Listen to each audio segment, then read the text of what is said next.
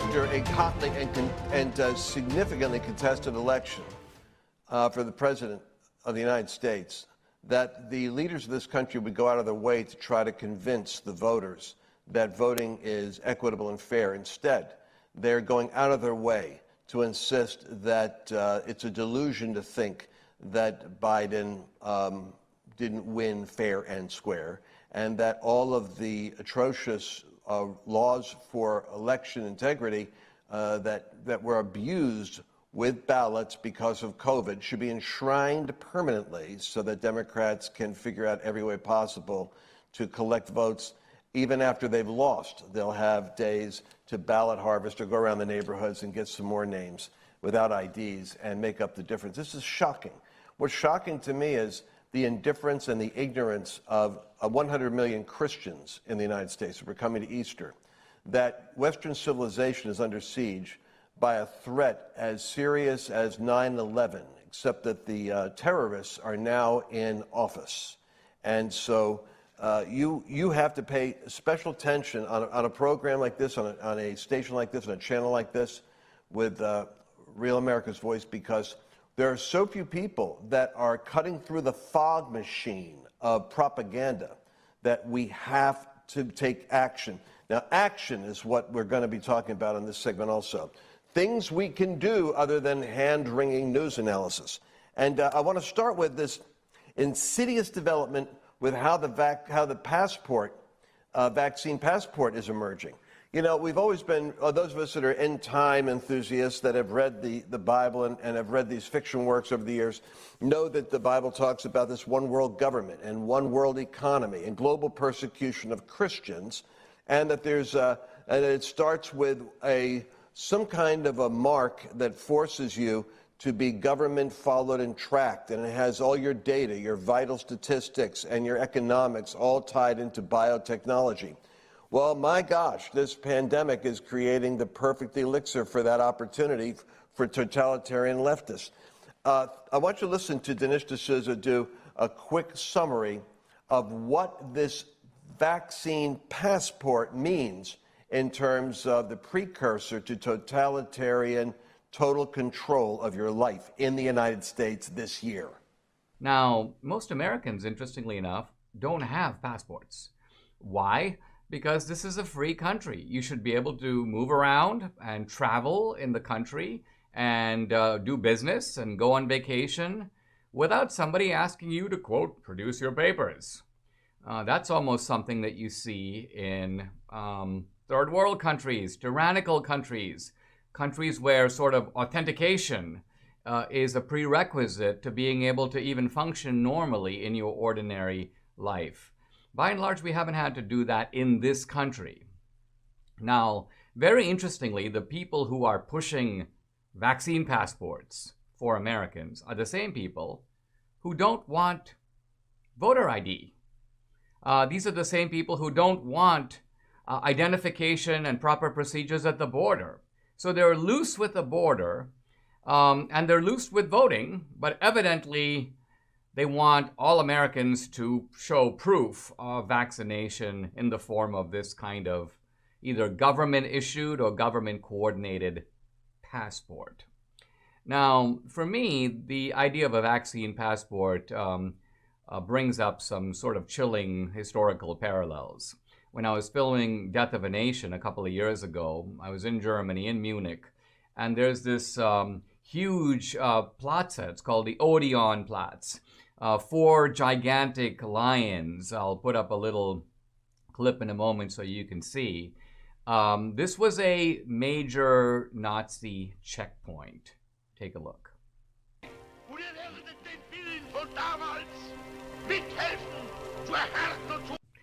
So this is just an image here of these 4 lions, and the Nazis used this as a spot, a kind of central location to check everybody.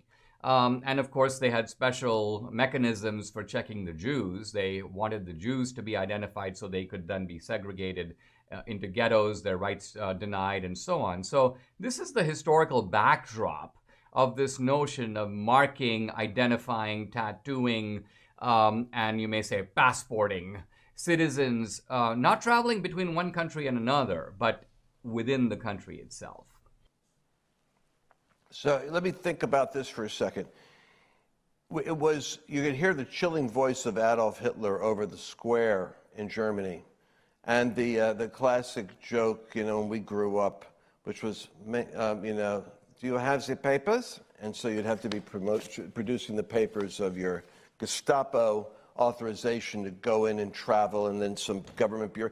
Just think of TSA going through the process of screening at the airport, and see that in stores, see that on street corners, see that in banks, see people getting arrested, and see scuffles with the law all over the place.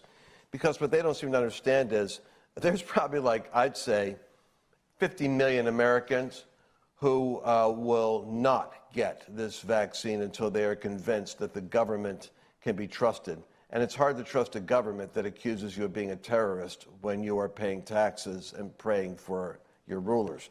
So we don't trust the government, and they've got a real credibility issue right now. So but we have other information. Go ahead, Mercedes. Yeah, no, I just wanted to chime in too. I mean, from a legal standpoint, also, my medical records are my information. And so you now want me to show you my medical records when I go to a sporting event, to go to a concert, to go into maybe a bar or a restaurant? I got to show you a QR code that you're going to scan that's going to show you my medical records? Really? I don't know about the legalities there. The other thing I think about, Lance, is how constantly, in the name of safety, of keeping everyone safe, we are giving up personal liberties and my rights. And so we saw this happen after 9/11, where all of a sudden you're talking about TSA and it's like everything's regulated, and now we're giving up personal liberties in the name of safety again, but this time vaccines. So, I mean, I also have a clip I would love to play because I know no one has seen it. If you have, you're a very special person because you like watching House Oversight Committees. But I don't know if we'll get to it in this segment, but it's this guy, Representative Bill Frost, and he talks about, this is a Democrat from Illinois, and he's on the phone with Jay Powell, and he's talking about cryptocurrency. But in order to have cryptocurrency, you have to have a secure ID. But I want you to hear how he wants to leverage this ID. So let's play the clip. I think it's only like a minute and a half. Very much in your court, having to do with one of the things the coronavirus laid bare is the lack of, simply a list of citizens of the U.S. and in our ability to rapidly distribute funds, particularly to the underbanked. A high quality and universal digital ID in the U.S. would have made that immeasurably easier, as well as everything from, vaccine certificates or you name it. And so this has been, it's an ongoing discussion on many fronts. And there are also specific proposals. I believe you've had letters urging both of you to look into this in more detail. And so I was just wondering what the state, just as simply as a means for citizens to receive payments, Fed accounts, each one of us has, already an account with the federal government, the IRS at least. And I was wondering how you saw this part of the conversation going. I think it's something that's worth exploring. I've not done so, but we would be glad to have further conversations with you about how something like this could work. There's certainly a problem. That's Janet Yellen, yeah. You've mentioned. This time has expired. It's crazy. I mean, it's crazy. I need you to hear it because this is how they're already thinking, all right? It's not just going to be your vaccine passport. In the long run, it's going to be your checking accounts because he's saying, oh, the underbanked didn't get their stimulus checks. So when we get to, universal basic income and things like that, all of that's going to go on your digital ID. That is literally from the House Oversight Committee, Lance. And if people have seen it, great. If you haven't seen it, it'll blow your mind because that's what it's moving towards. And let me tell you something. No country has ever gotten to the point where 50% of the citizens receive checks from government and did not cross over into socialism. And what socialism means is that the government controls your life and controls your freedom. And it leads to dictatorship. National Socialism is what Hitler's party represented. Now, the way that you do that is you have to have very strong an economic depression. And then you have to have a unionized workforce that is all strong, virile young men that are going to be part of the government infrastructure to rebuild the economy.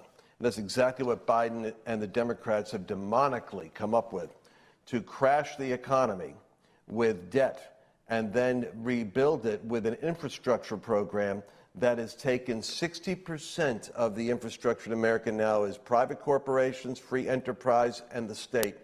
They want to switch it around and make it 75% federal government, union workers, national socialists. That's exactly what's happening. And they're going to bankrupt the country and unionize all the infrastructure projects so that it's a permanent union army working for the totalitarian government, just like National Socialism. And it can only happen if we are ignorant of what they're doing. But worse yet, they're concerned that they're losing the opportunity. We got to get that clip in there. When we come back, I want to get Dr. Wen on the vaccine ticket, because to me, you got to hear CNN expose their hand. They know they got a window to push this vaccine passport. They got to get it through now. Governor Cuomo said, I'm doing it in my state. DeSantis in Florida says, no, we're not going to do it. You need to understand the mark, the first phase of the mark of the beast coming to a theater near you. And you need to understand how to block it. The thing I want you to listen for in the CNN clip is that they're saying they've got a window, and the incentive is you can have your life back if you'll cooperate with the passport. They're going to make it hard for you not to take this mark on a piece of paper. So when we come back, we're going to go into that. And we're going to come back to Joe Biden destroying Georgia's economy. You got to hear that. Lance Wallnau has just released his latest book, God's Chaos Code. You need to know the code. You need to know what's happening right now. There is a code in the chaos. There's a purpose in the shaking. Once you see this, it's going to give stability and strength to you. God is literally raising up an awakening generation right now. It's hidden in the code. You need to know the code. Order God's Chaos Code now at godschaoscode.com.